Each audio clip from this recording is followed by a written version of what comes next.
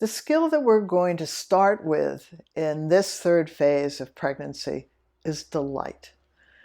I've been pregnant. It can be delightful.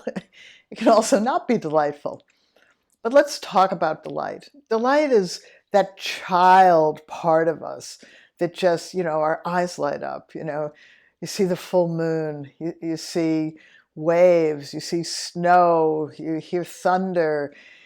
All these things are delight. They stimulate us. They just go, oh, wow, wow. And pregnancy is like that for most women. It's a wow. We are carrying the future generation of men and women in our body. And it's a wow. We're now at 24 weeks beginning to feel certain that we can feel our baby move, although the baby's still floating around in a lot of fluid.